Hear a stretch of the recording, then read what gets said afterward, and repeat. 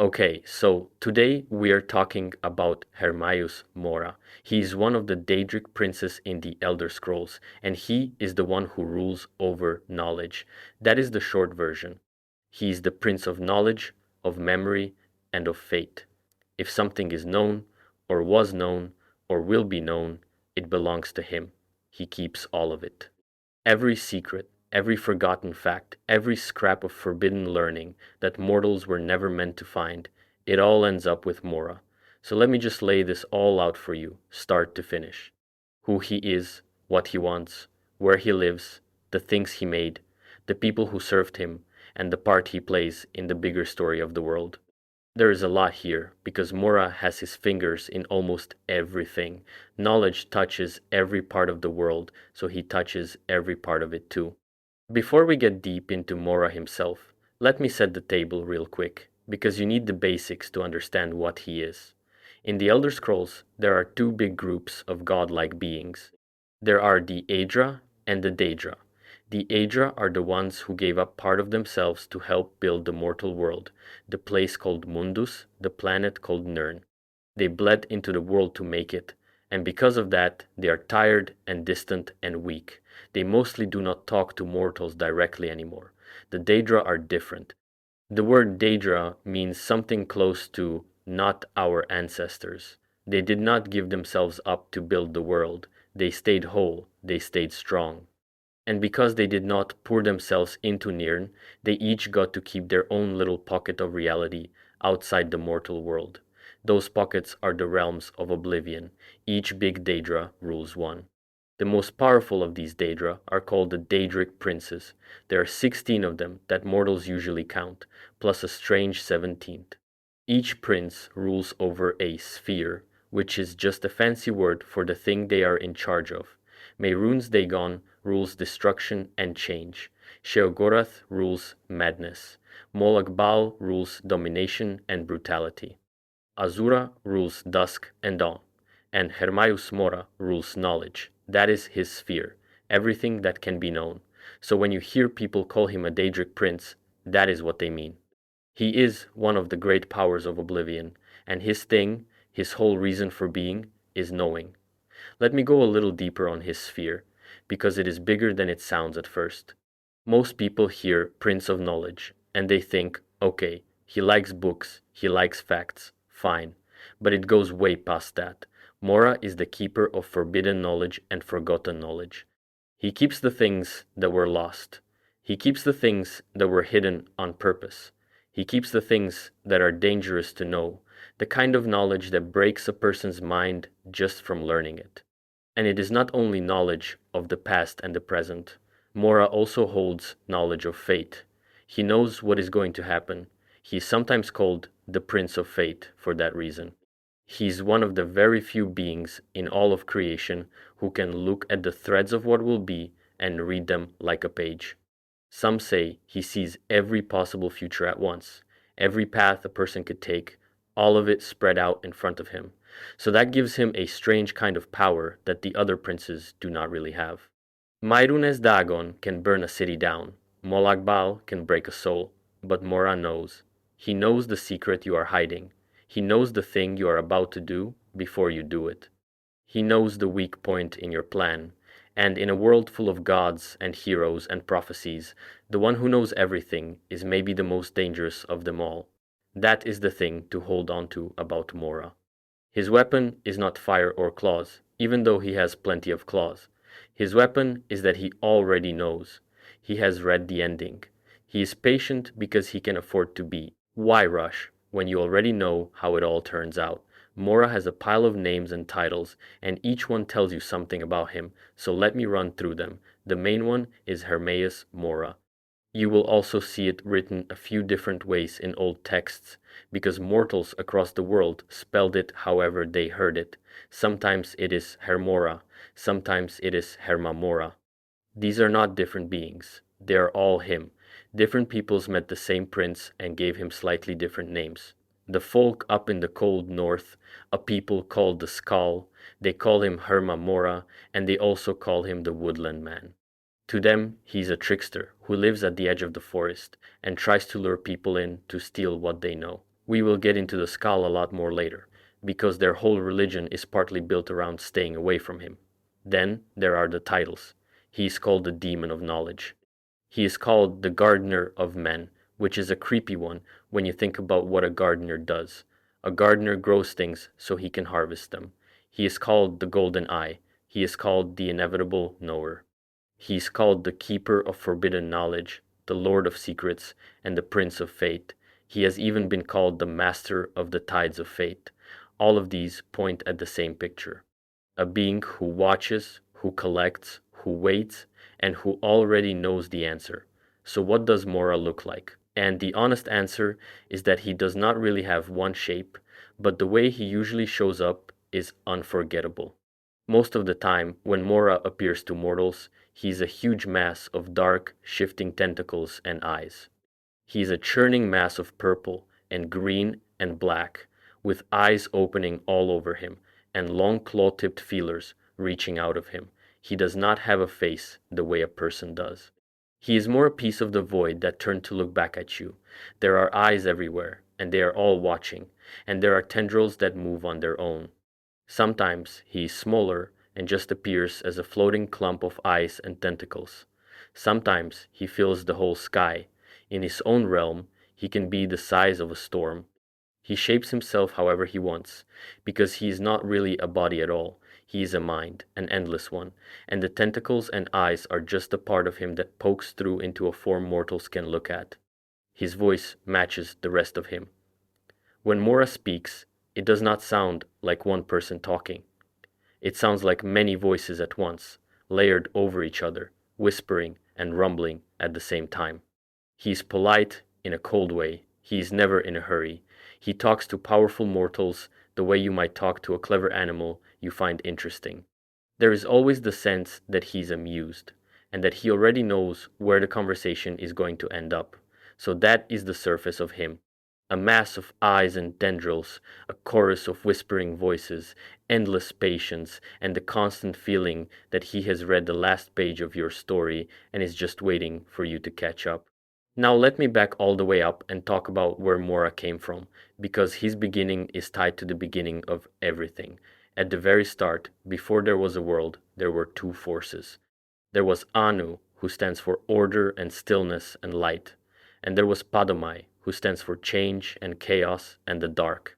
When these two brushed up against each other, the place between them started to swirl, and out of that swirling came the first spirits. The old texts call them the Etada, which just means the original spirits. They were the seeds of everything that came later. Every god, every prince, every great power you have ever heard of started as one of these original spirits. Now, those spirits split into two roads. One group got talked into helping build the mortal world. A trickster spirit, the one usually called Lorcan, convinced them to pour themselves into making Nirn. Those became the Aedra, the tired builder gods. The other group refused. They wanted to keep themselves whole. Those became the Daedra. And Hermaus Mora is one of the Daedra. Here is the part that matters for Mora. A lot of fans and a lot of in-world scholars believe Mora is one of the very oldest of the Daedric princes, maybe the oldest of all of them. The reason for that belief is what he is made of. Mora is not shaped like a person. The other princes mostly look like people, or at least like things with arms and faces. Azura looks like a tall woman. Merun's Dagon looks like a great horned beast that still has a head and limbs. But Mora has no real form at all. He is closer to raw chaos that learned how to think. So the idea is that Mora is what an original spirit looks like when it never bothered to take a neat shape. He stayed close to the formless stuff that everything was made from. I should be straight with you here. The Elder Scrolls almost never gives you one clean, official answer about these creation questions. Different books in the world say different things, and a lot of it is argued over. So when I say Mora might be the oldest prince, that is a strong idea drawn from how he looks and acts, not a stamped fact written in stone. The world likes to keep this stuff foggy on purpose, but it fits him. A being whose whole nature is knowing would naturally be old, would naturally be close to the source, would naturally have been there to watch the start. What is not really argued is his connection to chaos and to the dark side of creation. Mora leans toward Padome, the change and chaos side, like all the Daedra do. He is a creature of the parts of reality that were never tidied up, and knowledge, real knowledge, the dangerous kind, lives in those untidy parts. The safe and simple truths are easy. It is the deep, strange, world bending knowledge that hides in the chaos, and that is exactly where Mora lives. So every Daedric prince has a realm in Oblivion, their own pocket world. Mora's realm is called Apocrypha, and it is one of the most famous places in all of Oblivion. So let me describe it for you in full. Apocrypha is a library, but not a normal library. It is an endless one. There is no end to it in any direction. It is an unbroken sea of books, stacked into towers, piled into walls, spread out as far as anyone can see, and then much farther than that. Every book ever written that was lost, every secret that was buried, every forbidden text that was banned and burned, a copy of all of it ends up here. And on top of that, Apocrypha holds knowledge that was never written down by mortals at all, knowledge that only Mora keeps. The books themselves are strange. They are bound in black covers with no titles on the outside.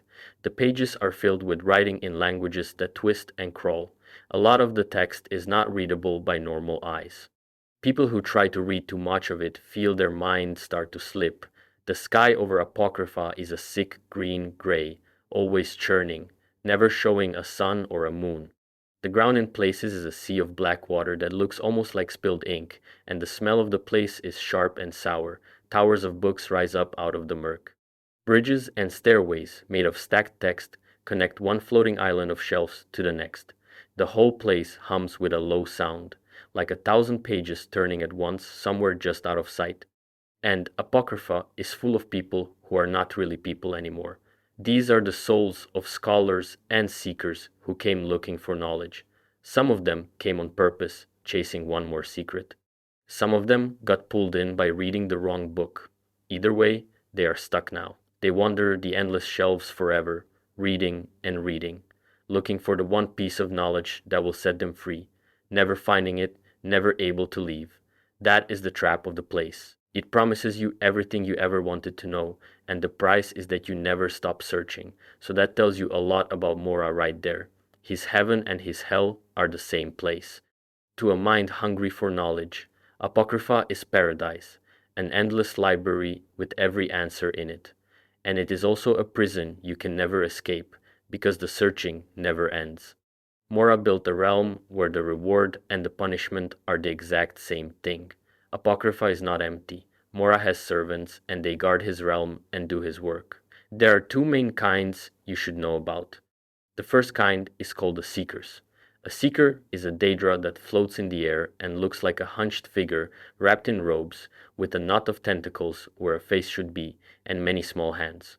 They drift between the shelves. They guard knowledge that Mora does not want disturbed, and they attack intruders by casting spells that twist the air and scramble the mind.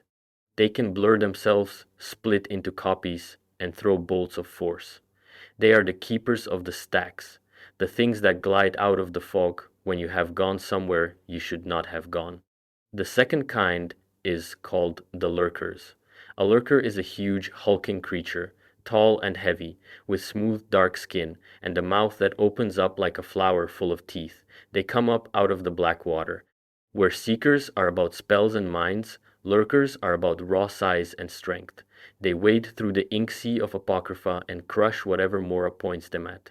They are slow, but they hit like a falling wall. Both of these are pieces of Mora's will, given shape so they can do jobs he does not feel like doing himself. And like all Daedra, they cannot truly be killed in their own realm.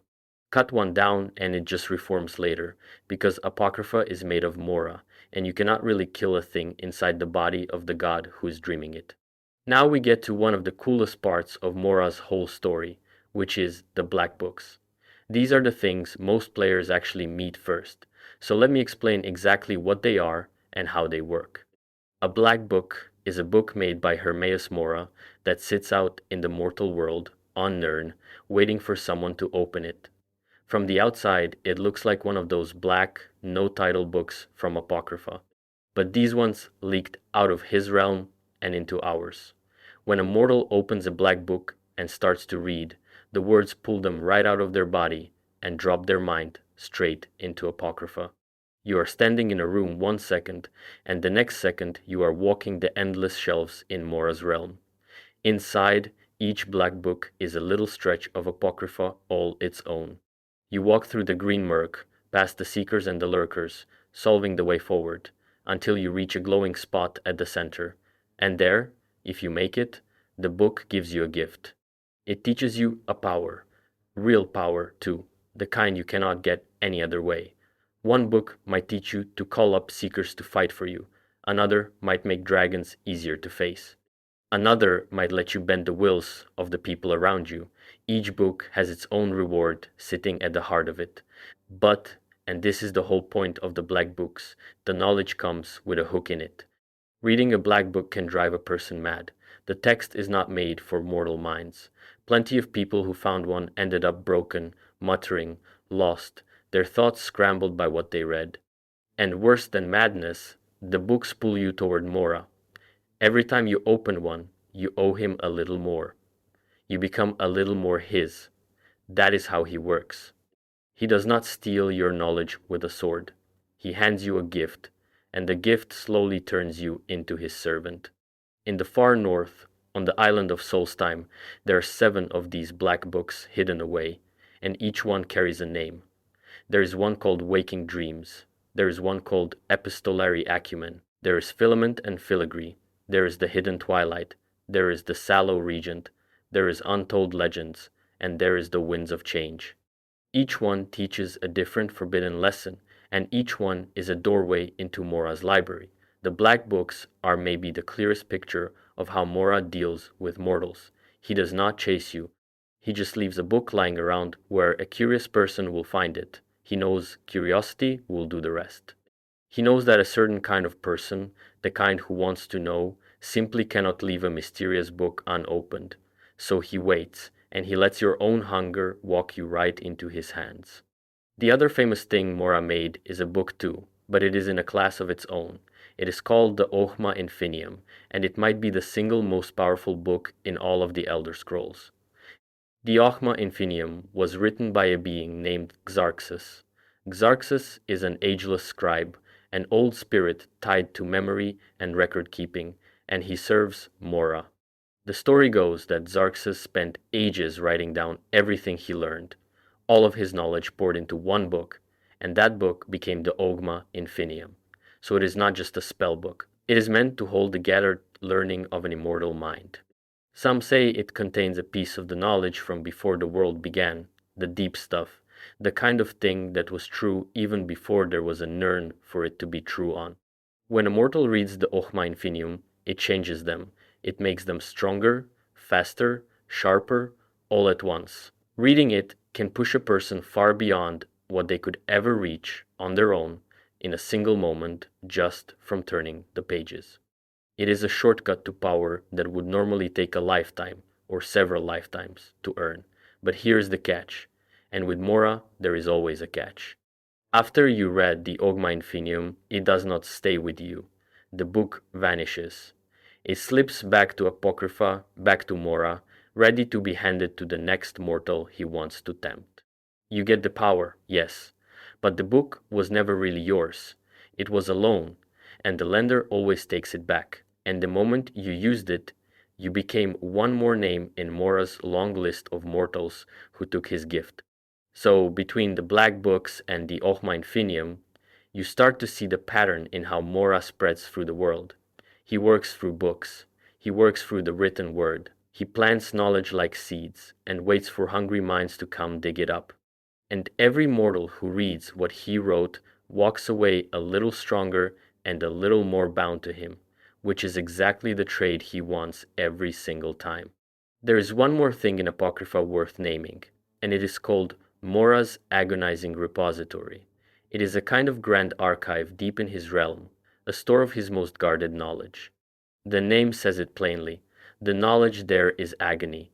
It is the stuff that costs the most to learn, the truth so heavy that knowing them is a wound. And that brings up the big idea that runs under everything about Mora. So let me say it straight. In the Elder Scrolls, knowledge is not free, and it is not safe. Learning the wrong thing can shatter your mind. There are truths in this world that a mortal brain simply cannot hold without cracking. Mora is the god of exactly that kind of knowledge. He does not deal in cozy little facts. He deals in the truths that hurt, the ones that change you, the ones you cannot unknow once you know them. That is why he is feared even by people who want what he has. Wizards, scholars, kings, all sorts of clever and powerful folk have gone looking for Mora because the promise is so tempting. The promise is huge. The idea of knowing everything and never being caught off guard again. But almost everyone who reaches him pays for it, with their sanity, with their freedom, or with their soul. The knowledge is real. The price is also real. And Mora, who already knows how each of these stories ends, simply collects what he is owed. Okay, so now let me tell you about the one group of people who understand Mora better than anyone, and who have spent their whole history trying to keep him out. These are the Skal. The Skal are a small tribe of Nords who live in the far north, on the island of Solstheim, off the coast of Morrowind. They are not like other Nords. They do not pray to the usual Nord gods. They follow a quiet nature faith built around one being they call the Allmaker. The way the Skal see it, the Allmaker is the source of all good things, the spirit that gives life to the world, the breath in every animal, and the warmth in every fire. When a Skal dies, their spirit returns to the Allmaker and is born again into the world. So the Allmaker is their giver, their source, the well that everything good flows out of. And every giver in a story like this has an enemy. For the Skal, that enemy is Hermaus Mora. They also call him the adversary and the woodland man. He is the one who works against the Allmaker. Where the Allmaker gives, Hermaus Mora takes. Where the Allmaker is the source, Hermaus Mora is the thief who wants to drain the source dry. The Skal teach their children to fear him, to never listen to his whispers, and to never, ever hand him their secrets. This is the same Hermaus Mora we have been talking about the whole time. The Skal just met him in his hungriest, most personal form, the form that wants what they know. To the Skal, Mora is not some far-off library god. He is a real and present danger, a thing at the tree line that is always trying to trick its way in. The Skal pass down stories about him, and one of the most important is the tale of the greedy man. Let me tell you how it goes, because it shows you exactly how they think about Mora. In the story, the greedy man is Hermaus Mora wearing a friendly face. He comes to the people, and he wants their gifts, the special powers and secrets the Allmaker gave them. He is clever, and he is patient, and he talks sweet. And little by little, he tricks the people out of their gifts, stealing them one at a time. The land suffers for it. The balance breaks. Things go wrong because the gifts that were meant to stay with the people end up in the hands of the greedy man. The lesson the Skal pull out of that story is simple, and they live by it. Knowledge and power that the Allmaker gives are meant to be kept and used the right way, not handed over to a smiling stranger who promises you something in return. The greedy man always promises something. That is how he wins. He never just grabs, he gets you to give. So the whole shape of Skal life is built to keep Hermaus Mora out. They keep their secret knowledge secret. They guard it in their shaman, passed down by word of mouth, never written, never shared with outsiders. Because they know that the moment their knowledge gets out, the moment it gets written down or handed over, Mora can reach it. A secret that stays only in a living mind, never spoken aloud, never said on a page, is a secret Mora has a hard time getting at. So that is their defense. Silence, memory, keeping their mouths shut. There is another big Skal story you should know, the tale of Ivar Stonesinger, because it lays out the Skal religion in full. In this story, the adversary, which again is Hermaus Mora, steals the gifts of the Allmaker away from the people, 6 gifts tied to 6 stones scattered across the land. With the gifts gone, the world stops working right. The beasts will not give themselves to the hunt. The trees will not grow. The rivers and the winds and the sun all go wrong. The people are suffering because the adversary took what kept everything in balance. A young man named Ivar Stonesinger sets out to fix it. He travels to each of the sacred stones, and at each one he learns a lesson and recovers a gift of the Allmaker, putting back what the adversary stole. He restores the gift of the beasts, the gift of the trees, the gift of the sun, and so on until the land is whole again. By the end, he has set things right and earned his place as a hero of his people. What this story tells you is that the Skal see all of history as a tug of war. The Allmaker gives and builds and keeps things in balance. The adversary, Hermaus Mora, takes and unbalances and breaks. Life is the rope in the middle. And the job of the Skal, the whole point of being Skal, is to stand on the right side of that rope and not let the adversary pull their gifts away. The Skal first became a big part of the story in an older Elder Scrolls adventure set on Solstheim, back when the island was a cold, wild frontier. In that tale, the hero spends a lot of time with the Skal, helping them through troubles, and learns their ways and their fear of the woodland man up close. That older story leaned more on another Daedric prince, Hirsine, the Lord of the Hunt, who turned Solstheim into a great, bloody hunting ground. But Hermaus Mora was always there in the background of Skal life, the quiet dread under everything, the name they did not like to say. The island was set up, even back then, as a place where the line between mortals and the Daedra is thin, where the old powers press in close. Solstheim is Mora's kind of place. Cold, lonely, full of buried things, sitting right at the edge of the map where few people go looking, and the Skal, the keepers of secret knowledge, were always going to be the prize he wanted most. So by the time we get to the bigger, later story, the stage is already set. You have a prince who wants secret knowledge more than anything. You have a small, stubborn people who hold the exact kind of secret knowledge he craves, and who have spent their whole history refusing to give it up. The only question left was when Mora would finally make his big move, and he did. Now we get to the biggest mortal in Mora's whole story, a man named Miraak. To understand him, you need a tiny bit of background on dragons, so let me give you that fast. A long, long time ago, in the early days of the world, dragons ruled over the people of the north. They were not just big animals, they were proud, powerful beings tied to the very voice of creation, and they made themselves into gods over the humans, who served them and worshipped them. The dragons set up priests to rule the people in their name, and these were called the dragon priests. A dragon priest was a powerful mortal sorcerer, masked and robed, who carried the dragon's authority. Miraak was one of these. He was a dragon priest on the island of Solstheim, but Miraak was special because Miraak was dragonborn. Being dragonborn means you were born with the soul of a dragon inside a mortal body. It lets you do something no normal person can. You can absorb the soul of a dragon when it dies, take its power into yourself, and you can learn the dragon language, the Thu'um, the shouting magic, just by understanding it, instead of grinding at it for years like everyone else. Miraak was the very first dragonborn the world ever saw, the first one. Everything that later dragonborn heroes could do, he could do first. So here is Miraak, the first dragonborn, serving the dragons as one of their priests, and at some point he came into contact with Hermaus Mora. We do not know every detail of how that first meeting went, but we know the shape of the deal. Mora offered Miraak knowledge, forbidden knowledge. And the big prize Mora taught him was a way to bend dragons to his will, a shout, a piece of power that let a mortal command a dragon instead of obeying it. That was a huge thing to hand a man. The dragons ruled everything, and here was Miraak with a secret that could flip the whole order on its head, and Miraak used it. He turned on the dragons. He used Mora's gift to rebel against the very beings he was supposed to serve, and he started bending them under his own control. He wanted to rule Solstheim himself, not as a servant of dragons, but as their master. But the dragon rebellion was a bigger thing than just Miraak.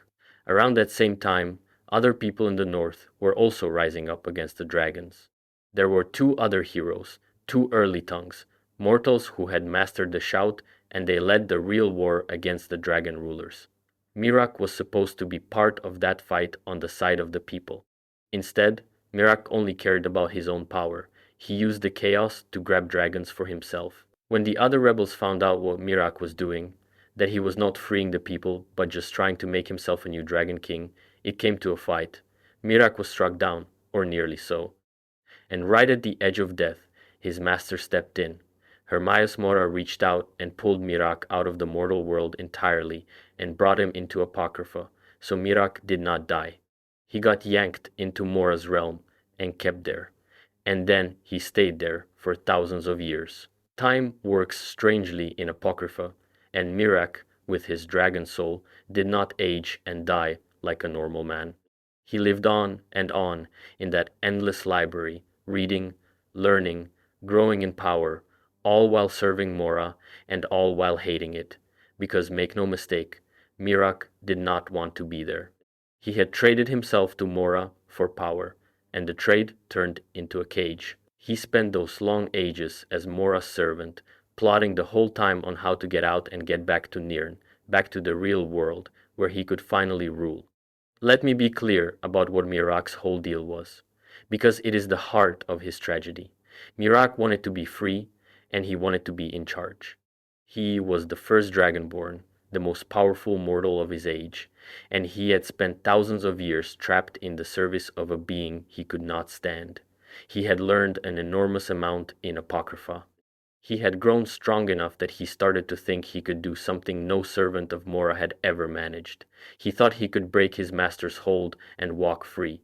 His plan leaned on his dragonborn power. A dragonborn can take dragon souls. Mirak figured out a way to reach back into the mortal world from Apocrypha and start pulling dragon souls to himself again, feeding on them from a distance, building himself back up to full strength. He also got a grip on the minds of regular people on Solstheim, putting them under a kind of spell that made them build strange structures for him without even knowing they were doing it. He was reaching out of his prison, gathering power, getting ready to force his way back through, and the thing he wanted most, in the end, was to overthrow Mora himself, not just escape, take over. Mirak had read the same forbidden books his master kept for thousands of years, and he believed he had learned enough to challenge the Prince of Knowledge on his own ground. He wanted to be the one in the library. He wanted Apocrypha for himself. So that is Mirak, a man who sold himself for power, got trapped, spent an age stewing in that trap, and came out of it convinced he could turn the tables on a god. It is a story about the exact danger Mora represents. Mirak took the deal that looked too good to pass up, and it cost him everything. And even then, he could not stop reaching for more. So, thousands of years after Mirak got pulled into Apocrypha, a new Dragonborn shows up in the world. This is the hero of the Skyrim story, the last Dragonborn, the one the player controls. And Mirak, reaching out from Apocrypha, notices right away, because there can only be so much room for Dragonborn in the world, and Mirak does not want a rival. The moment a new Dragonborn is killing dragons and soaking up their souls, Mirak sees a threat and a tool at the same time. Cultists loyal to Mirak come after the last Dragonborn, sent to kill this new rival. They carry a note that says, "He will not share the power of the Dragonborn." That note is the first sign that someone old and powerful is moving against the hero. Following the trail leads to Solstheim, the cold island where the whole Mirak business started all those ages ago. On Solstheim, the last Dragonborn finds a mess. Regular people are wandering around in a trance, building tall stone structures and chanting Mirak's name, with no memory of doing it afterward. The dragons of the island answer to a force that is not quite there, and the Skal, our secret-keeping nature folk, are caught in the middle, with their own people falling under the spell. Something is reaching into the world and twisting it, and the name on everyone's lips is Mirak. To get to the bottom of it, the last Dragonborn has to start reading black books. And reading a black book, like I said earlier, drops your mind straight into Apocrypha. So this is where the hero first meets Hermaus Mora face to face, or as close to a face as Mora has. Mora is interested in this new Dragonborn right away. Here is a fresh, powerful mortal, hungry to stop Mirak, walking willingly into the library. From Mora's side, this is perfect. He has an old servant, Mirak, who has gotten too big and is trying to break free, and now a brand new servant has shown up who might be just a tool to deal with the problem. Mora does not really care which Dragonborn wins. He cares about keeping his knowledge and keeping a champion under his thumb. So he starts working the last Dragonborn the same way he worked Mirak. He offers knowledge. He offers power. He guides the hero deeper into Apocrypha, book by book, always with that calm, amused, many-voiced patience. And the hero takes it because they have to. To beat Mirak, the last Dragonborn needs a special power, a shout called Bend Will. It is the same kind of power Mora once taught Mirak, the power to bend a will that is not yours. With the full Bend Will shout, you can take command of a dragon, force it to serve you, and you can even bow the great standing stones of Solstheim back to their proper shape, breaking Mirak's hold on the island. The last Dragonborn needs this shout to have any chance against Mirak, and Mora is the only one who can hand over the last piece of it. Here is where it gets dark, and here is where you really see what Mora is. The Bend Will shout has 3 parts, 3 words.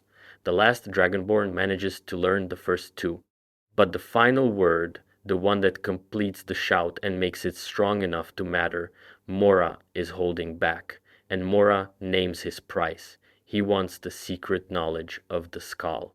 The exact thing the skull have spent their entire history protecting, the secret their shaman guards and never speaks aloud. Mora has been trying to get this knowledge for longer than anyone can remember, and now he sees his chance to finally take it. The skull shaman at this time is a man named Storn Crag Strider. He is the keeper of his people's secret. Mora demands that Storn give it up. He tells the last Dragonborn to bring the demand to Storn, and he makes it plain that this is the only way to get the final word and stop Mirak. So the hero is stuck in an ugly spot. To save Solstheim and beat Mirak, they have to ask the skull to hand over the very thing that makes them who they are, the thing they have died to protect. Storn understands what is being asked, and he understands what it will cost. But he also sees that Mirak will destroy everything if he is not stopped, so Storn agrees. He takes the black book in his own hands, an old man, no great warrior, and he opens himself to Mora to let the prince take the secret knowledge directly. And Mora does not take it gently. Tentacles reach out of the book and run Storn through, ripping the knowledge out of him as he dies. Storn gives his life so that his people can be saved, and so the hero can get the power to stop Mirak. Mora gets what he wanted all along, the secret of the skull, paid for with the shaman's blood. He hands over the final word of Bend Will like it was nothing, because to him it was nothing. He just won a prize he had been chasing for thousands of years. That moment tells you everything about Hermaus Mora. He did not lift a finger to fight Mirak. He let mortals do all the fighting and the dying. And he used the whole crisis as a lever to finally pry loose the one secret that had been kept from him. The Skal lost their shaman and their hidden knowledge. The hero got a shout. And Mora, who already knew it would go this way, simply collected. With the full Bend Will shout in hand, the last Dragonborn goes deep into Apocrypha for the final showdown with Mirak. Mirak is waiting at the heart of the library, stronger than any normal foe, throwing everything he has learned in his long imprisonment at the hero. He even uses Bend Will himself to steal a dragon right out from under the last Dragonborn during the fight, soaking up its soul to heal himself. He is desperate. This is his one shot to break free, and he knows it. The fight goes hard, but the last Dragonborn beats him down. And right at the moment Mirak is about to fall, something happens that nobody on Mirak's side saw coming, though Mora surely did. As Mirak is weakened, Hermaus Mora himself appears. A great black tentacle lashes out of the floor of Apocrypha and impales Mirak, lifting him up, killing his own servant right in front of the last Dragonborn. Why does Mora do this? A couple of reasons, and they both come back to who he is. First, Mirak had betrayed him and tried to escape, and Mora does not forgive that. Second, and this is the cold part, Mora kills Mirak himself, so that the knowledge and the dragon souls Mirak gathered do not get lost or spilled. He takes Mirak back, fully and finally, instead of letting the rebel slip away even in death. And there is a message in it for the new Dragonborn standing right there. Mora basically says, "This is what becomes of a servant who thinks he can leave." He praises the last Dragonborn for doing well and welcomes them as his new champion, the new Dragonborn who has walked his library and taken his gifts. The old servant is dead. The new one is already halfway in his grip. So, Mirak's whole long story ends with him being killed by the very master he spent thousands of years trying to overthrow in the realm he wanted to rule, in front of the rival who replaced him. He reached for everything and got nothing, and Mora barely had to try. There is another mortal in the Skyrim story who serves Mora, and his story is shorter than Mirak's, but it tells you just as much. His name is Septimus Signus. Septimus was once one of the smartest scholars alive, a brilliant expert on the Elder Scrolls, those strange prophecy scrolls we will get to in a moment. But Septimus spent too long staring into things mortals are not meant to understand. By the time you meet him, he has gone mad. He lives alone in an ice cave, way up in the frozen north, muttering, talking in riddles, his mind cracked from what he has learned. And the thing that cracked him, the master he now serves, is Hermaus Mora. Septimus is obsessed with a dwarven lockbox. The dwarves, or Dwemer, were an ancient people of master builders and machinists who vanished from the world all at once, long ago, leaving their ruins and their machines behind. Septimus has found one of their sealed boxes, a thing that supposedly holds incredible knowledge or power inside, and he cannot open it. The lock is beyond him. And Mora, through Septimus, sets the last Dragonborn the job of getting it open. To open the box, Septimus needs two things. He needs an Elder Scroll, and he needs the blood of the old races, the Elven peoples, painted onto the box in the right mix.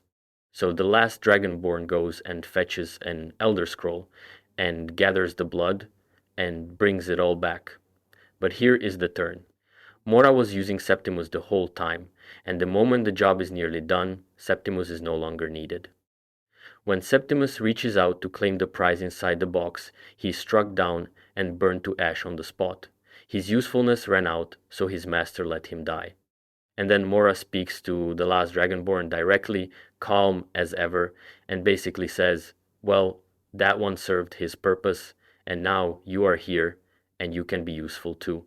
He does not mourn Septimus. He does not even pretend to. Septimus was a tool. The tool finished its task. Now there is a new tool standing in the cave. That is how Mora sees the clever mortals who serve him.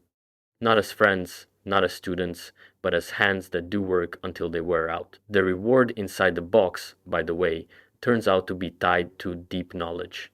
The kind of thing that grants the reader a piece of insight beyond normal reach. Fitting for a story that is all about how the hunger to know can burn a great mind down to ash.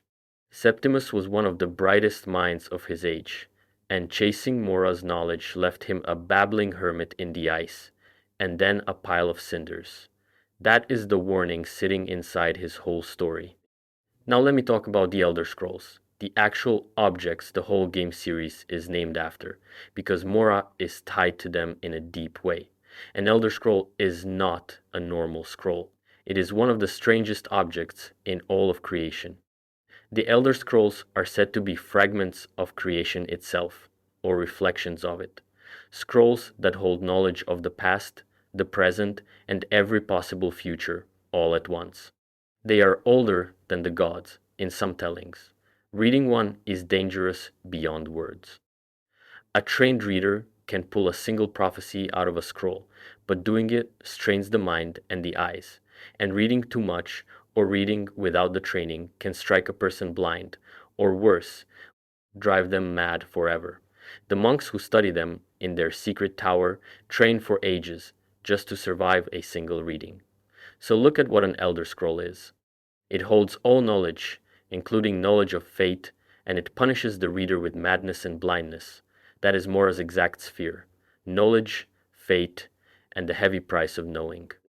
The Elder Scrolls and Hermaus Mora are made of the same idea.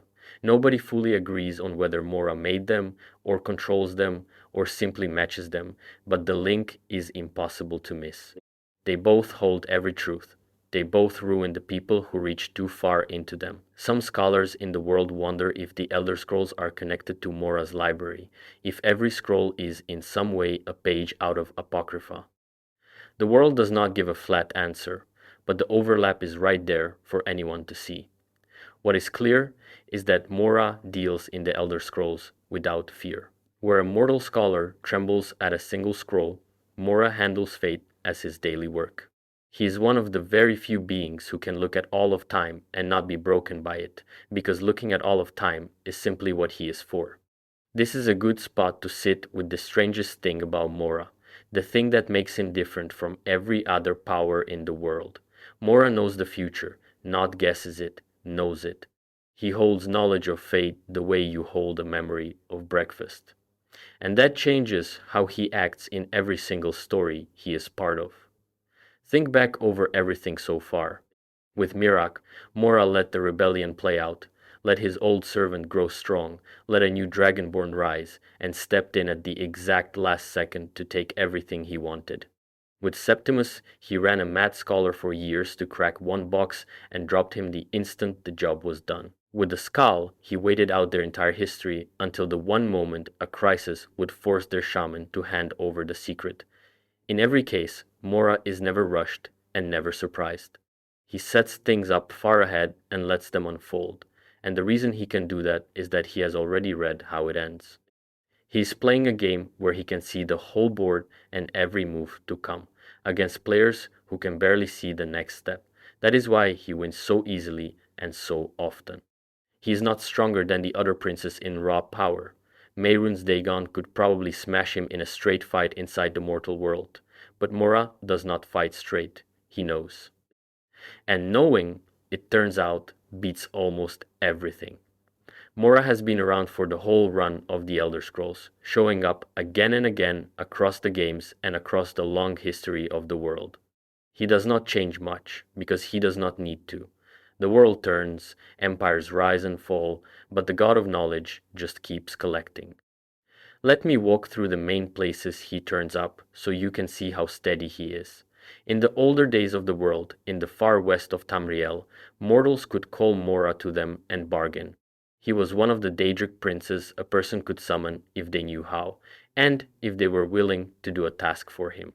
Do the job he asks, and the reward could be one of his great treasures, including the Ogma Infinium itself. So even way back, the deal was the same one we have seen the whole time. Serve him, do his errand, and walk away with a piece of dangerous knowledge in your hands. People kept taking that deal, age after age, because the prize was always worth the risk to somebody. In the land of Morrowind, the home of the Dark Elves, Mora had his shrines too. A mortal brave enough or foolish enough could seek him out and strike a bargain for his gifts. Morrowind is a fitting home for that kind of dealing, because Morrowind has always been a place thick with forbidden magic, old secrets, and wizards who will trade almost anything for power. Which brings me to a group of people who are basically Mora's favorite kind of customer. In Morrowind, there is a house of dark elf wizard lords called House Telvanni. These are not your friendly village mages. The Telvanni are proud, isolated, and obsessed with personal power and knowledge above all else. They live alone in tall towers grown out of giant mushrooms, each one a law unto himself, each one chasing his own studies no matter the cost. They do not care much for rules or for other people. They care about knowing more and growing stronger. If you wanted to build a group of mortals most likely to go knocking on Hermaus Mora's door, you could not do better than the Telvanni. One Telvanni wizard in particular, a long-lived and sharp-tongued mage named Neloth, ties right back into Mora's story. Neloth has lived for a very long time, and he has spent a chunk of that life dealing with the Black Books. By the time the last Dragonborn meets him up on Solstheim, Neloth knows more about the Black Books and about Apocrypha than almost anyone alive. He has read them. He has been pulled into Mora's realm and come back out more than once. He treats it almost like a tricky bit of research, which tells you what kind of nerve or what kind of recklessness it takes to be a Telvanni. Neloth is useful to the hero because he understands the danger. He warns about what the Black Books do, how they can take hold of a reader, how Mirak's influence works through them. He is living proof that a mortal can deal with Mora's knowledge and survive, but he's also living proof of the cost. Neloth is cold, arrogant, and cares little for the lives of others, the way a person might end up after spending lifetimes staring into forbidden things. The knowledge did not destroy him like it destroyed Septimus, but it did not leave him kind either. There were other great Telvanni too, ancient wizards who lived for thousands of years by bending every rule of life and death, hoarding knowledge in their towers. People like that are the natural prey, and sometimes the natural partners of a being like Mora. He offers exactly what they crave. They offer him exactly what he collects, which is new knowledge, new experiments, new secrets pulled out of the dark. It is a match made for both of them, and it has been going on out of sight in Morrowind for a very long time. What you notice, looking at Mora across all these times and places, is how little he ever changes. Other powers in the Elder Scrolls have arcs. Empires grow and break. Gods get wounded, get tricked, get replaced. The Tribunal, the living gods of Morrowind, rose to power and then lost it and faded. Dragons ruled, then fell, then nearly went extinct, then came back. The world is full of rise and fall. But Mora just continues. He was there near the start, watching. He was there in the old Western kingdoms, handing out his book. He was there in Morrowind, dealing with wizards. He was there on Solstheim, finally prying the secret out of the skull. And he will be there in whatever comes next, because knowledge does not stop being made, and as long as there is one more thing to know, there is one more thing for Mora to collect. He does not need to win battles or hold territory. He just needs the world to keep producing secrets, and the world always does. That steadiness is part of what makes him so unsettling. You cannot really beat Mora, because he is not trying to win anything you could take from him. He is not after a throne, or an army, or a piece of land. He is after knowing, and knowing is endless, and he has forever to do it. Every other villain in the world wants something you can deny them. Mora wants the one thing that can never run, number Mora and the Sijic Order. So let me bring in another group that circles around Mora's kind of knowledge, the Sijic Order. These are not his servants exactly, but their whole world overlaps with his, so they belong in this story. The Sijic Order is the oldest order of mages in all of Tamriel. They live on a hidden island called Artaeum that sometimes slips out of the world entirely and disappears, only to come back later.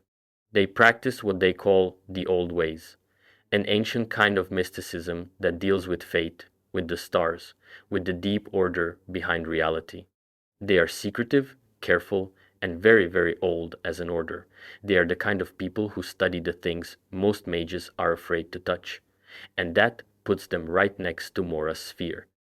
The Sijics deal in old knowledge, hidden knowledge, the workings of fate, and the bones of the world. That is Mora's whole thing.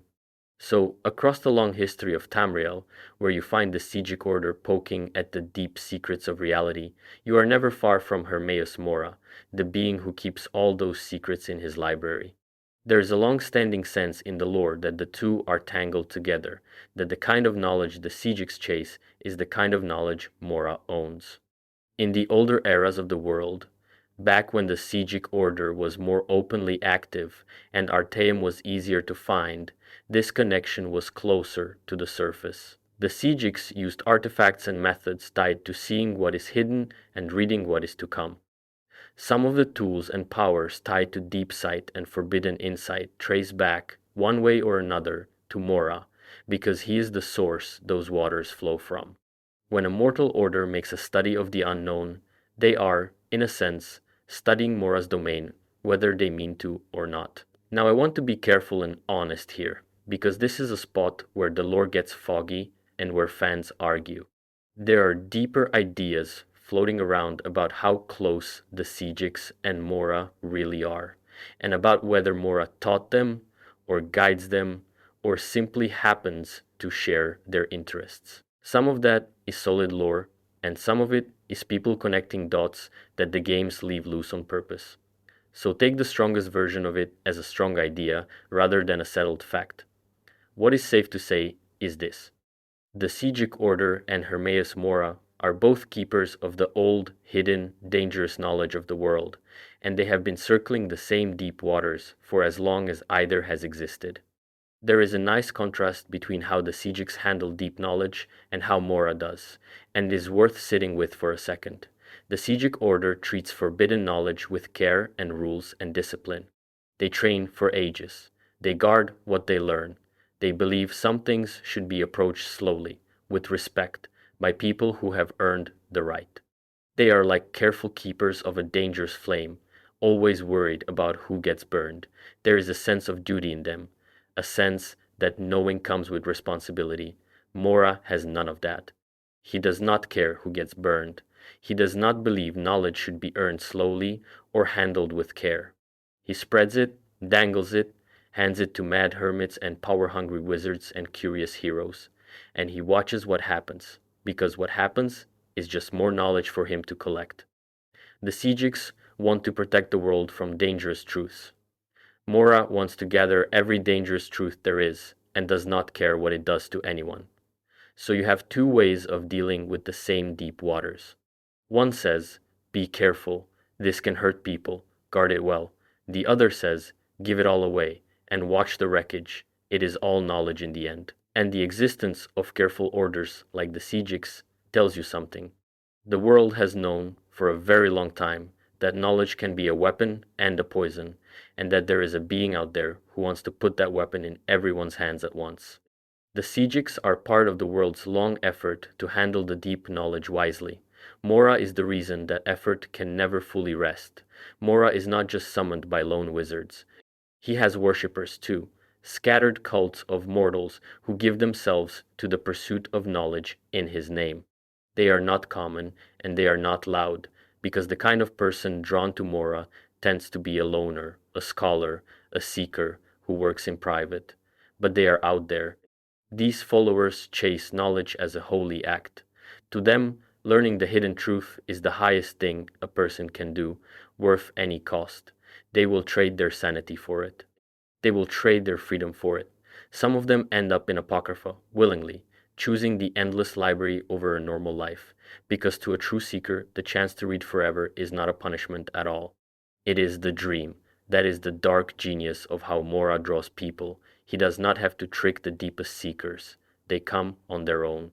They want exactly what he offers, all the way down, even the part where it costs them everything, and that is a kind of worship the other princes cannot quite match. Plenty of people fear Molag Bal or Mairunes Dagon and serve them out of terror or greed, but the ones who serve Mora often serve him out of love, the love of knowing, the hunger to understand. They are the curious, taken to the very end of curiosity. And there is no cure for that hunger, which is why, once Mora has a true seeker, he very rarely lets them go. Mora does not exist alone. He is one of a group of Daedric princes, and he rubs up against the others in interesting ways, because their spheres overlap and bump into each other. So let me walk through the princes who matter most to his story. First, a quick note on the group as a whole. There are 16 Daedric princes that mortals usually name, plus the strange one, Jigalag, the Prince of Order, who got cursed and folded into the Prince of Madness for a long age. The princes are not a team. They do not get along. They scheme against each other, make and break alliances, and mostly cannot stand to share. Each one guards his own sphere and resents anyone stepping on it. And because Mora's sphere is knowledge, and knowledge touches everything, he ends up stepping on a lot of toes, or finds others stepping on his. The prince, whose sphere overlaps with Mora's the most, is probably Vermina. Vermina rules over dreams and nightmares, and she has a special hunger for memory. She slips into the sleeping minds of mortals and steals their memories, taking the things they have lived and learned right out of their heads while they dream, leaving them with terror and loss.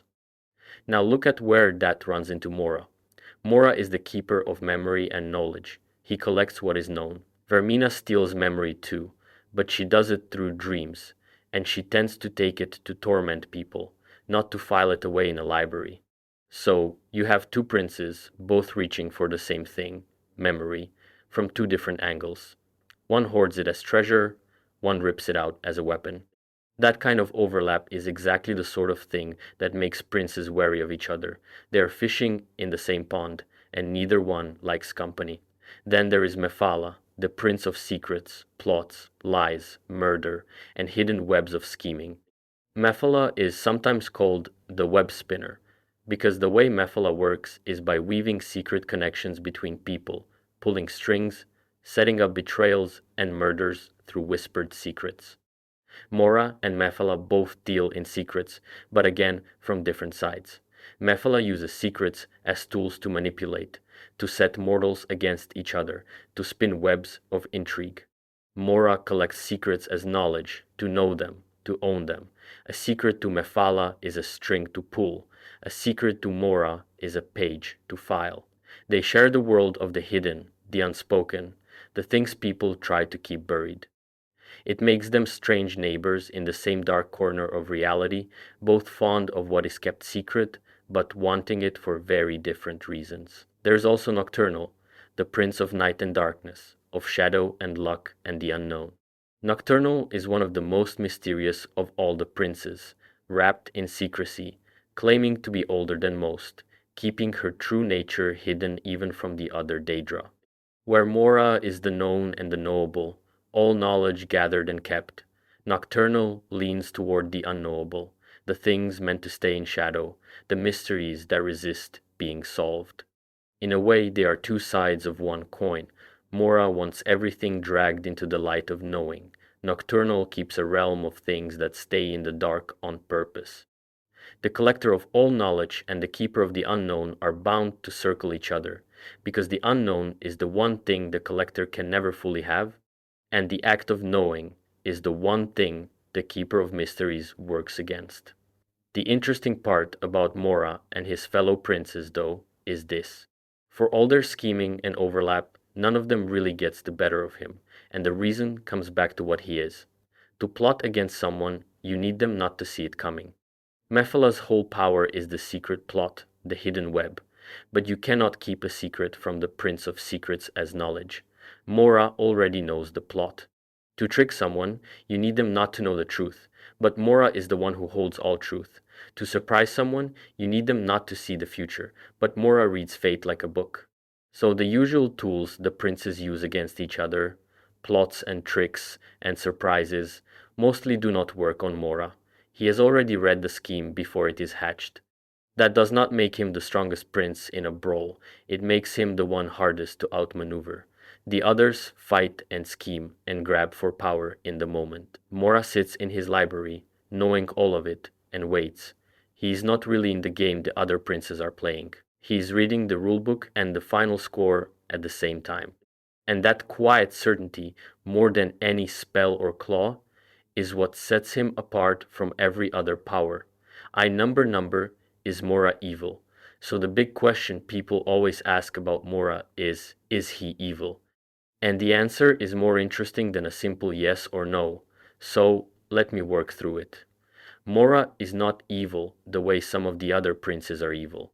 Molag Bal wants to dominate and torture mortals because he enjoys their suffering. Myrun's Dagon wants to tear things down and burn whole worlds for the joy of destruction.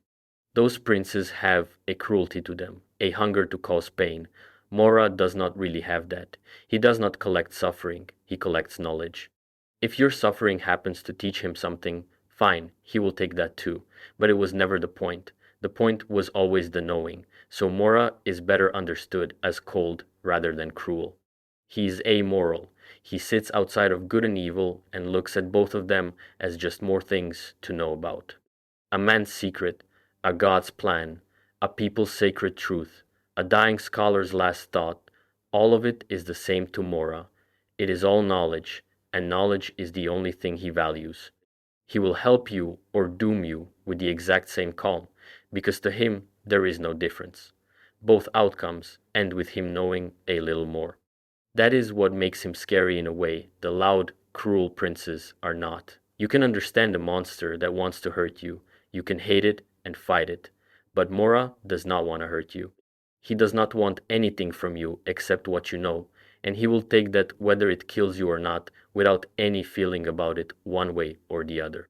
There is no anger in him to appeal to, no mercy to beg for, no cruelty to shame. There is just the endless, patient appetite to know, and you are either a source of knowledge or you are in the way. One of his titles tells the whole story, and it is the gardener of men. Let me unpack that, because it is one of the most chilling ideas in all of his lore. Think about what a gardener does. A gardener does not hate his plants.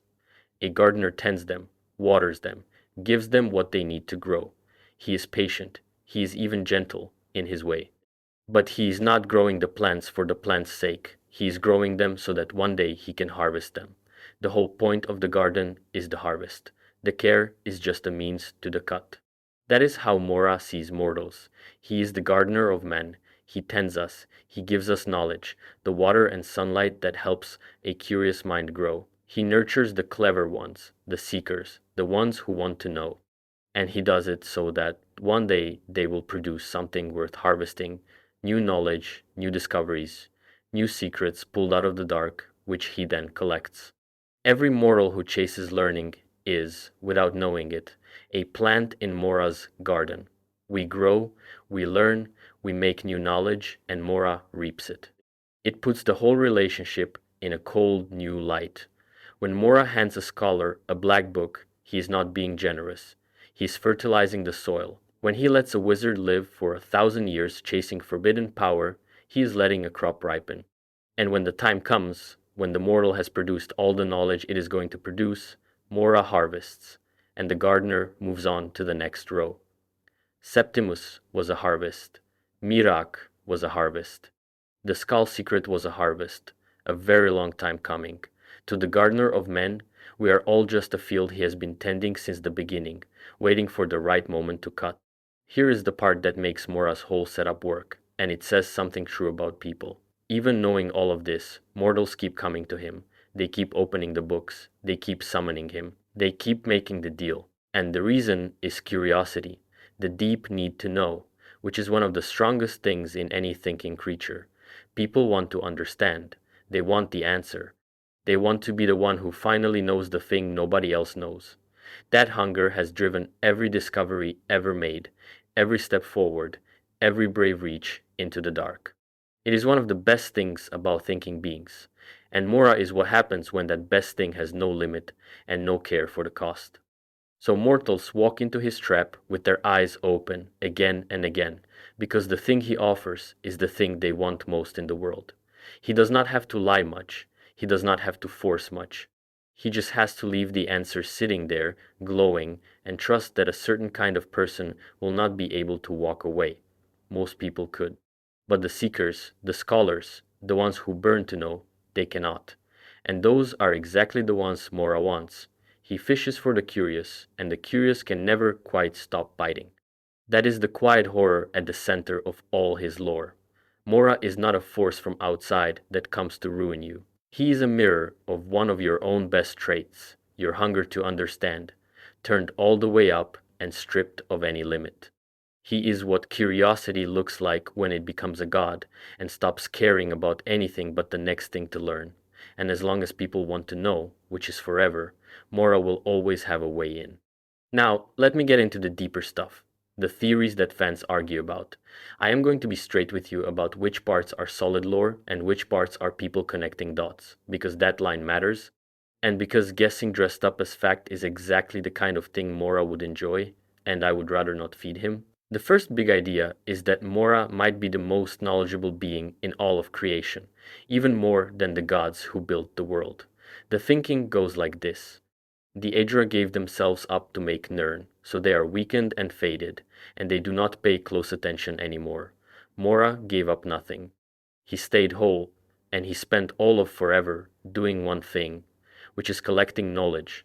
So after countless ages of nothing but gathering, who would know more than him? This one is not officially stamped, but it fits everything we see, and a lot of people hold it as close to true. The second idea is about how much of the future Mora really sees. We know he holds knowledge of fate. The question fans chew on is whether he sees one fixed future or every possible future at once, or the true path through all of them. If it is the last one, then Mora is not just a librarian of fate. He is something close to the only being who knows how the whole story of the world actually ends. That is a heavy thought, and the games leave it open on purpose, so treat it as an open question rather than a fact. Here's the one that gets the most attention, and I will flag it hard as fan reading, not stated lore. Some fans believe Mora is aware, on some level, of the bigger truth about his world. The Elder Scrolls has a deep, weird idea buried in its lore that the world might be a kind of dream, and that a rare being can wake up enough to realize the nature of its own reality, to see the strings, to know that it is a story being told. The fancy in-world word for that kind of waking up is sometimes thrown around as Kim. The theory goes that Mora, being the keeper of all knowledge, including the knowledge of what the world really is, would naturally be one of the beings who knows this secret. That he is not just smart inside the story, but smart about the story. That when Mora looks at a mortal hero, part of what he sees is that the hero is a piece in a tale. I want to be very clear. This is fans reading between the lines. The games do not come out and say it, but it is a fun and creepy idea, and it fits a being whose entire nature is knowing more than he should. If any character in the Elder Scrolls knew the truth at the bottom of everything, the smart money says it would be Mora. Another theory ties his library to the Elder Scrolls themselves. We talked about how an Elder Scroll holds all knowledge, including fate, and ruins the reader who looks too deep. And we talked about how Apocrypha is an endless library of all knowledge that traps and breaks the people inside it. The overlap is so strong that some people think the Elder Scrolls and Apocrypha are connected at the root, that the scrolls are in some way pages or windows tied to Mora's realm, or at least made of the same deep stuff. The lore does not confirm this. It is one of those places where two ideas point at each other so hard that fans cannot help but link them, but the games keep it loose. What we can say for sure is that the two things are cousins in meaning, even if the bloodline is never spelled out. Both hold every truth, both punish the reach. Both sit at the very edge of what a mortal mind can survive. Whether they are literally the same kind of thing is left for you to wonder about. The last thing fans argue about is the simplest to ask and the hardest to answer. On the whole, is Mora good for the world or bad for it? On one hand, he hoards dangerous knowledge that could wreck everything, dangles it in front of people who cannot handle it, and burns down great minds for sport, or rather for harvest. By that read, he is a slow poison in the world, always tempting people toward truths that destroy them. On the other hand, some of what he hands out actually saves the day. The last Dragonborn could not have stopped Miraak without Mora's gift of the Bendwill Shout. Knowledge that Mora let loose has, more than once, ended up being the very thing that stopped the disaster. So is he a danger or a strange kind of help? The honest answer is that he is neither, and that is the point. Mora is not trying to help or hurt, he is trying to know. Sometimes that lines up with saving the world. Sometimes it lines up with dooming a person. He does not steer toward either one. He steers toward knowledge, and the good and the harm fall out of that, however they fall. So asking whether Mora is good for the world is the wrong question. He turns out good or bad depending entirely on how the person dealing with him handles it. Reach in with care, and you might pull out the thing that saves a kingdom. Reach in greedy, and you drown. Mora does not care which one you do. He only cares what you teach him on the way down. Let me pull together everything we have seen about the people who serve Mora, because once you line them up, the pattern is clear and it is not pretty. Look at the list. Miraak served him, got trapped for thousands of years, and got killed by Mora's own tentacle the moment he became more trouble than he was worth. Septimus served him, lost his mind, did one job, and got burned to ash the second the job was done. Storn did not even serve him, just gave up his people's secret to save them, and got run through with tentacles for it. And the last Dragonborn, the great hero, ends the whole adventure as Mora's newest champion, praised and rewarded, standing in the exact spot the last champion stood before he was murdered. So what does it mean to serve Hermaus Mora? It means you are useful for as long as you are useful, and not one moment longer. He does not reward loyalty. He does not protect his servants. He does not even really notice them as people. They are tools, and tools get used and set down and replaced. The reward for serving Mora well is that you get to keep serving until he is done with you. And being done with you usually does not look like a happy retirement. There is a line that sums up his whole attitude toward his champions, the one from the note his cultists carried. He will not share the power of the Dragonborn. That is Mora all over. He does not share. He does not let his servants build something of their own. The knowledge flows one way, toward him. And the moment a servant starts keeping power for himself, the way Mirag did, Mora cuts him down. You are allowed to be his hand. You are not allowed to become your own thing. The instant you try, you stop being a useful tool and start being a loose end. And Mora does not leave loose ends. So put yourself in the last Dragonborn's place at the end of it all.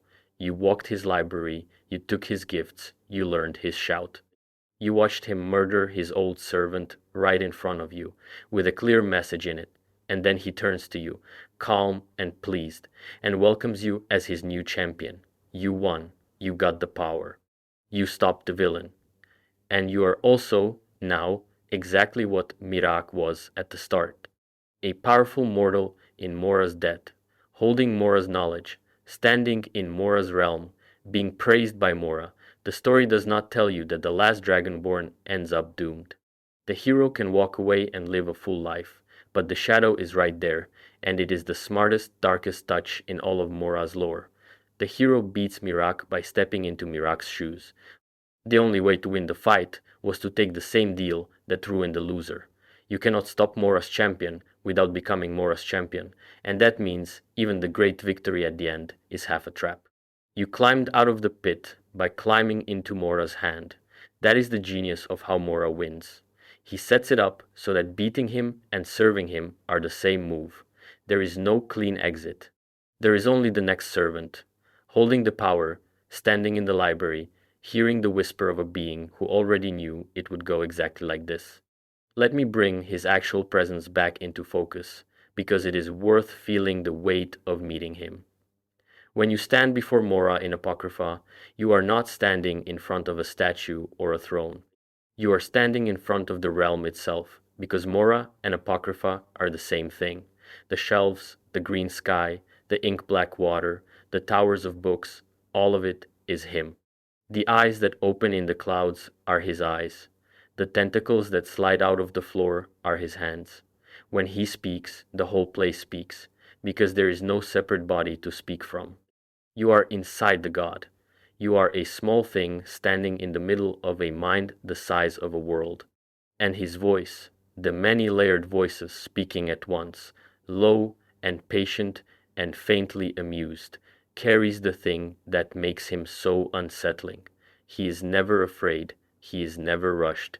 He talks to the most powerful heroes in the world the way an old scholar might talk to a clever student he finds promising. There is interest there, even a kind of warmth, but it is the warmth of a collector admiring a good piece, not the warmth of a friend. He is glad you came. He is glad you are strong. He is glad you will make such excellent new knowledge for him, and under every word is the simple fact that he already knows how your visit ends, and he is content to wait for you to get there. That is what it is to stand before Hermaus Mora, not a fight you can clearly win, not a deal you can clearly walk away from clean. Just a vast, patient mind made of eyes and ink and endless shelves that has read your whole story already and is pleased to finally meet the character it has been reading about. Let me zoom out now and put Mora in the whole picture of the Elder Scrolls world, because his role is bigger and quieter than most people notice. The Elder Scrolls is full of prophecy. The whole world runs on it. There are scrolls that hold the future, monks who read fate, dragons tied to the flow of time, heroes born to fulfill old predictions. Time and destiny are baked into everything.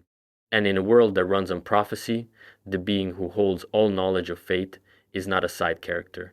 He is sitting near the center of the whole machine, whether he is on screen or not. Think about what that means. Every prophecy that drives a great story, every foretold hero, every doom written ages before it comes true, all of it is knowledge of the future. And knowledge of the future is Mora's sphere. He does not have to be in the room for his fingerprints to be on things. When a prophecy comes true, when fate plays out the way it was written, that is the kind of knowing Mora is made of. He is the god of the thing the whole world is built on. He just usually stays back in his library and lets it happen, and that gives him a strange kind of importance. The flashy princes, the ones who invade and burn and conquer, they make the loud history, the wars and disasters everyone remembers. Mora makes none of that noise. But he is tied to the deepest layer of how the world works, the layer of fate and knowledge and truth that sits under all the wars and kings. The loud princes shake the surface. Mora is down in the roots. There is a heavy idea that comes with all of this, and it is worth saying plainly. If Mora holds all knowledge of fate, then Mora knows how the world ends. The Elder Scrolls world has its own end-time stories, its own dooms written into prophecy, its own ideas about how everything might finally come apart. Heroes spend whole sagas trying to stop these dooms or bring them about. Gods take sides. Mortals die by the thousand trying to change what is coming. And through all of it, there is one being who already read the last page long ago and is not worried about it, because to him it is just one more thing he knows. Mora is not racing to stop the end of the world or rushing to cause it. He already knows what happens. He has known the whole time. He is the one player at the table who has seen the final score, and it does not move him, because knowing is all he ever wanted, and he already has that. That is a lonely and enormous kind of power, and it sets him apart from every other being in the setting. The Aedra hope, the other Daedra scheme and grab. Mortals struggle and dream and fight. Mora just knows. He sits with the ending in his hands, calm, patient, collecting the new bits of knowledge that come his way as the world grinds toward whatever he has already seen. So even in stories where Mora never shows up, he matters, and here is the simple reason. Mora represents a question the whole Elder Scrolls world keeps asking. What is knowledge worth, and what will people pay for it? Every scholar who goes mad reading an Elder Scroll is asking that question. Every wizard who trades his soul for one more secret is asking it. Every order of mages that locks its knowledge away out of fear is asking it. The whole world is full of people deciding how far to reach into the dark, and Mora is the dark they are reaching into. He is the answer at the bottom of the question. He is what waits when you decide that knowing is worth any price. And that is why he never goes away and never gets old as a character. Wars end, empires crumble. But the pull to know and the danger that comes with knowing too much, that never stops being true, not in that world and not in ours. As long as there are minds that want to understand, there is a Hermaus Mora at the edge of the firelight, patient as ever, holding out a black book with no title, waiting for someone to decide that they simply have to read it. Let me take you through what actually happens when you read one of the black books, because the experience is one of the best ways to understand Mora, and it is full of nice details worth knowing. You find the book, it is black, heavy, no title on the cover. You open it, and the words on the page reach up and take you. The world goes dark, and then you are standing in Apocrypha. Around you is the green and gray murk, the towers of stacked books, the bridges made of paper and shelf. The air is thick, the black water moves down below. Somewhere out in the fog, you can hear pages turning, and the low groan of a lurker rising from the deep. Each black book is its own stretch of the library, split into chapters. To move from one chapter to the next, you find a copy of the book sitting open on a stand, and you read it again, and the reading carries you deeper in. So you are reading your way through the realm, page by page, going further from the door with every book you open. The seekers drift out to stop you, blurring and splitting and throwing spells that scramble your sight. The lurkers heave themselves up out of the water and swing at you with huge fists. You fight your way past them, solve the path forward, and push toward the glowing heart of the book. When you reach the center, there is the reward. The book offers you a choice of powers, and you can only carry one at a time, so taking a new one means giving up the last. That little rule is pure Mora. He does not let you keep everything. He makes you choose, makes you trade, makes you give up one piece of his knowledge to hold another. Even his gifts come with a quiet reminder that nothing he hands you is fully yours. The gifts inside the black books cover a wide range, and they tell you what Mora thinks is worth teaching. Some of them sharpen your magic. There is one that lets your spells cost nothing at all for a short burst, so for a few seconds you can throw magic without limit. There is one that drops the cost of a whole school of magic, marking you as a true student of the hidden arts. Some of the gifts are about fighting and surviving. They make you tougher, or hit harder, or stand stronger against the things that would kill you, and some of the gifts hand you a piece of Apocrypha itself to use as a weapon.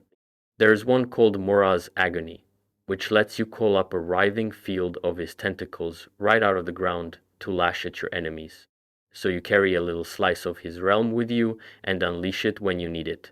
That one is a clear signal of what you have become. You are not just borrowing knowledge from Mora anymore. You are channeling his actual power, summoning his own grasping limbs to do your fighting. The deeper you go, the more of him is in you. When you are done, you read the book one more time, and it sends you back to your body, standing wherever you were when you opened the cover. You return changed, a little stronger, carrying a new power, and a little more tied to the prince whose library you just walked. Do this enough times, read enough black books, take enough of his gifts, and the question stops being whether you serve Mora and starts being how much of you is left that does not. I want to come back to the Ohma Infinium for a second, now that you have the full picture, because it is the crown of all his gifts, and it works a little differently from the black books. The black books each teach you one power at a time and make you choose. The Ohma Infinium does not bother with that. When you read it, it floods you with knowledge all at once, lifting you up across the board, a giant leap of growth from a single book. It is the gathered learning of the ageless scribe Xerxes, poured into pages, and reading it pours a piece of that learning straight into you. There is no fight to get to it, no chapters of Apocrypha to cross. It is the pure thing. Knowledge is raw power, handed over in one stroke, and then, true to form, it leaves. The moment you have read it, the Ohma Infinium slips out of your hands and goes back to Mora, ready for the next mortal he decides to favor. You keep what it gave you. You do not keep the book. It was the richest gift he offers and the clearest proof of the rule that runs through everything he does. The knowledge is real, the power is real, and none of it ever truly belongs to you. It belongs to Mora. You only ever borrow it, and the lender always, always takes his book back. Okay, so we have covered a lot, and I want to tie the whole thing into one clean picture before we finish, so it all sits in your head the right way. Hermaus Mora is the Daedric prince of knowledge, memory, and fate. That is the core of him, and everything else grows out of it. Because he rules knowledge, he keeps everything that is known, was known, or will be known. Because he rules memory, he holds the past, all of it, even the parts everyone else forgot. And because he rules fate, he knows the future, which makes him maybe the only being in the world who has truly read the ending. Knowledge, memory, fate, past, present, future. He owns the whole stretch of time as a thing to be known.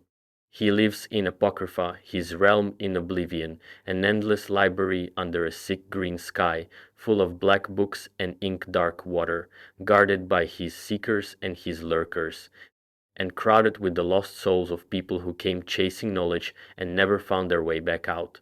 It is paradise and prison at once, because the searching there never ends. That realm is not just where Mora lives. It is what he is. Walk into Apocrypha, and you walk into the body of the god himself. He reaches into the mortal world, mostly through books, because that is the cleanest way to move knowledge. The black books, scattered across the world, pull readers into Apocrypha and hand out forbidden power at the cost of sanity and freedom. The Ohma Infinium, his greatest gift, floods a reader with the learning of an ageless scribe and then vanishes back to his shelves. Every book he plants does the same job. It grows his hold on the world one curious reader at a time. Then there are the mortals, because Mora's lore is really told through the people who dealt with him. There are the Skal, the northern tribe who built their whole faith around keeping their secrets away from him, who call him the adversary and the woodland man, who tell their children the tale of the greedy man, so they will never hand their gifts to a smiling stranger. For ages they held the line.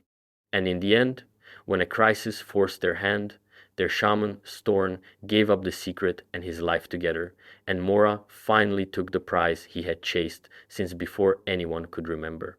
There is Mirak, the first dragonborn, the dragon priest who took Mora's gift to bend dragons, betrayed everyone, got trapped in Apocrypha for thousands of years, and built himself up over those long ages, dreaming of breaking free and even taking Mora's place.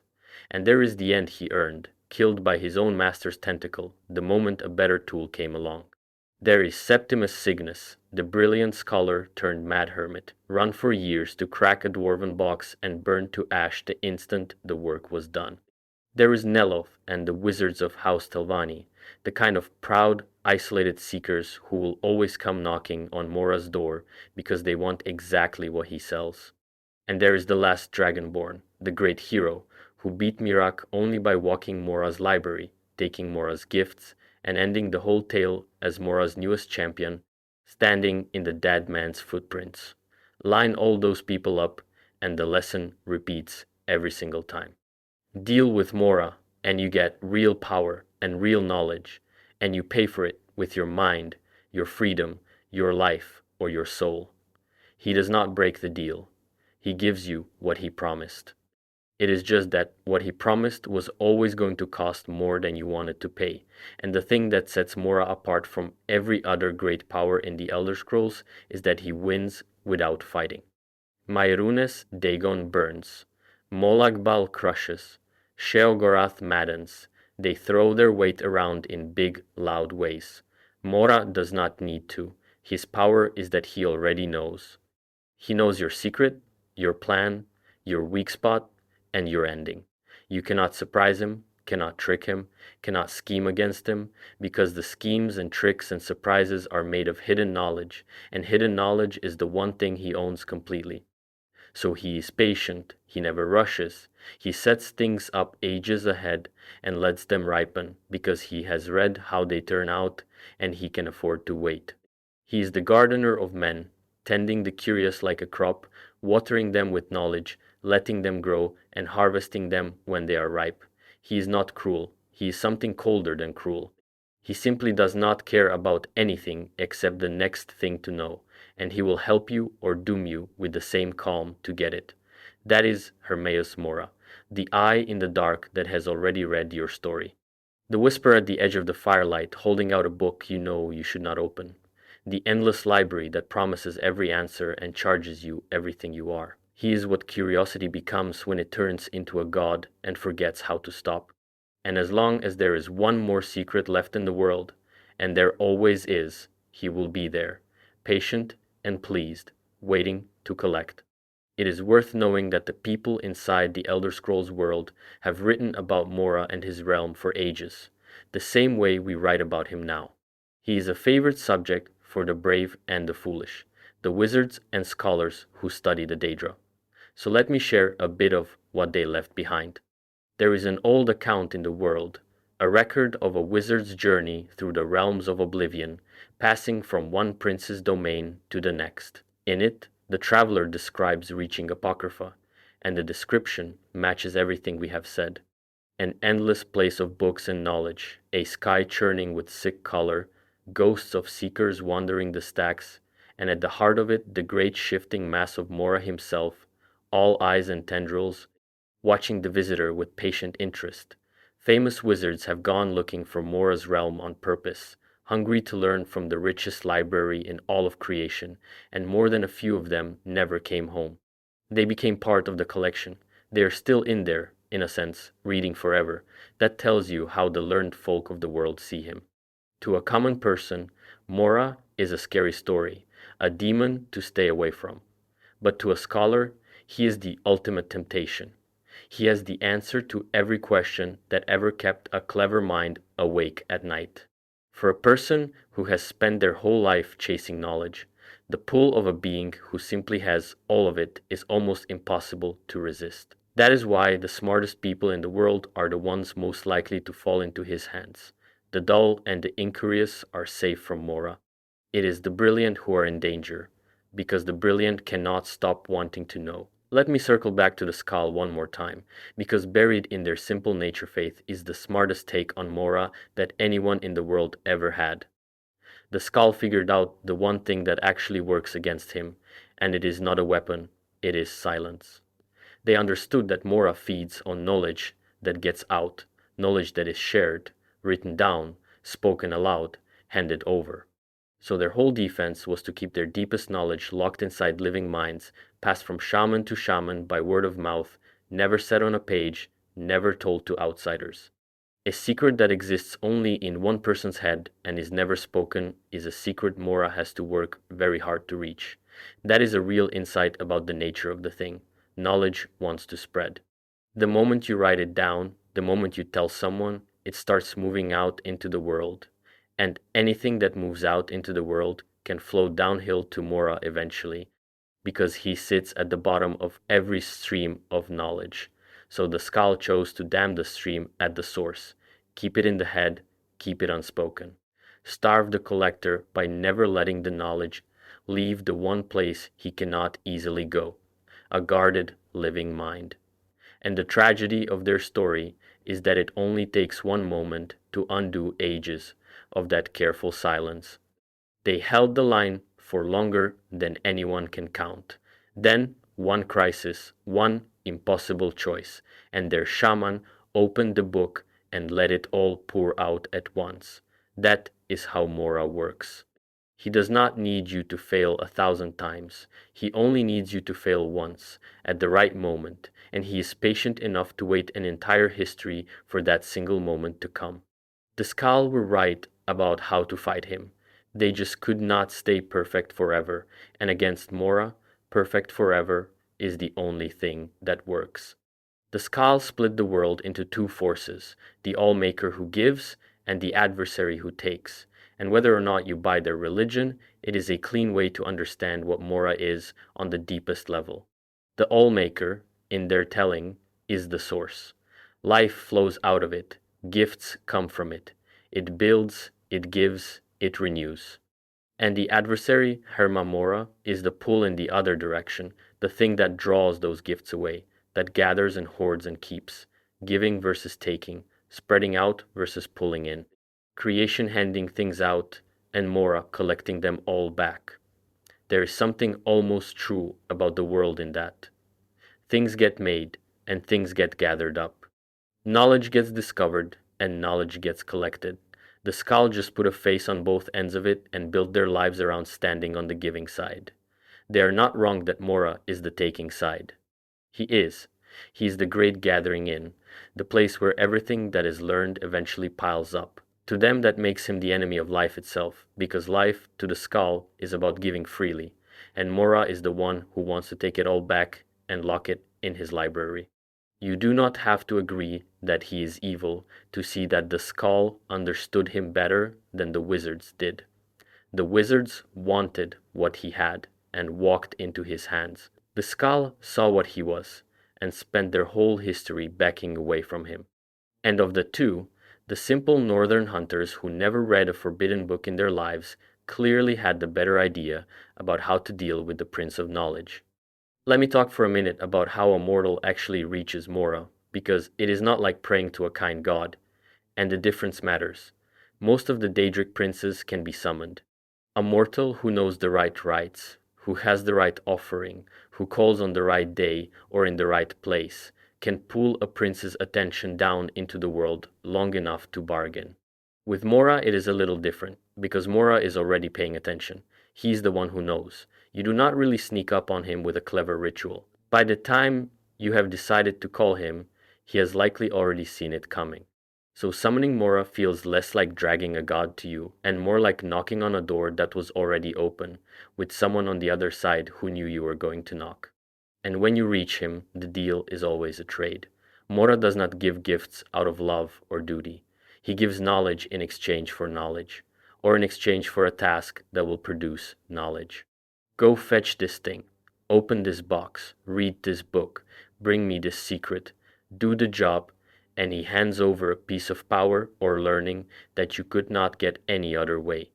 Refuse, or fail, or stop being useful, and he simply loses interest, because there is always another mortal willing to make the trade. He is never desperate. He never needs you specifically. He has forever, and he has endless other options, so he can take or leave any single seeker who comes calling. That is the cold math of dealing with Mora, and it never changes. You need him far more than he needs you. He holds the one thing you cannot get elsewhere, the answer, the secret, the power, and he can wait as long as it takes, because waiting costs him nothing. So every bargain with Mora starts from a place where he already holds all the cards, and he knows it, and he knows that you know it, and he is patient and pleasant about it because he has nothing to be anything else about. There is one more piece of him I want to give you, because it adds a different color to the picture. In the far north, where he is called Hermora, he is sometimes tied to the sea and the tides. He is called a master of the tides of fate, and that image fits him in a way that is worth sitting with. The tide does not rush. It does not get angry. It comes in and goes out on its own slow schedule, and nothing a person does changes it. You cannot argue with the tide. You cannot fight it or outrun it. You can only learn when it comes and try to be standing in the right place. That is Mora's whole way of moving through the world. He comes in slow and certain, on a schedule only he can read, and he goes out again with whatever he came for, and there is no use raging at him about it. The knowledge of fate is the tide, rising and falling, and Mora is the one who reads the water. So whether you meet him as Hermaus Mora, the demon of knowledge, or Hermaus Mora, the woodland man, the Skalfir, or Hermora, the master of the tides, you are meeting the same patient, certain, all-knowing thing. The names change with who is doing the naming. The being underneath does not change at all. He is the gatherer, the keeper, the one who already knows, wearing whatever face the local people hung on him. And that is the whole of him, as much as anyone can lay out anyway. Because the funny thing about telling the lore of the God of knowledge is that he always knows more than you can ever say about him. He's the Daedric prince of knowledge, memory, and fate. He keeps everything that is, or was, or will be known in an endless library called Apocrypha that is also his own body. He reaches into the world through black books and through the great Ogma Infinium, handing forbidden power to anyone curious enough to take it, and binding them to him a little more with every gift. He has chewed up the brilliant and the bold for ages, Mirac and Septimus and so many nameless others, and he tends the curious like a gardener tending a crop he means to harvest. He is not loud or cruel like the other princes. He is patient and cold and certain, because he has already read how every story ends, including this one.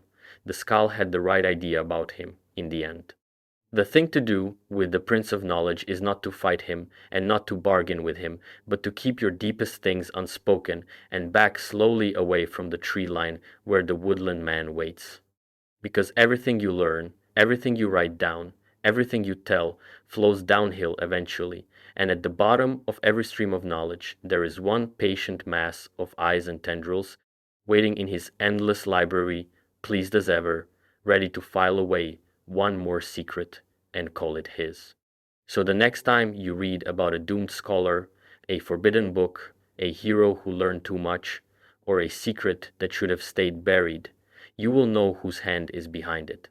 Mora does not need to chase any of them. He just leaves the door open and waits, because he already knows that sooner or later somebody curious always walks through.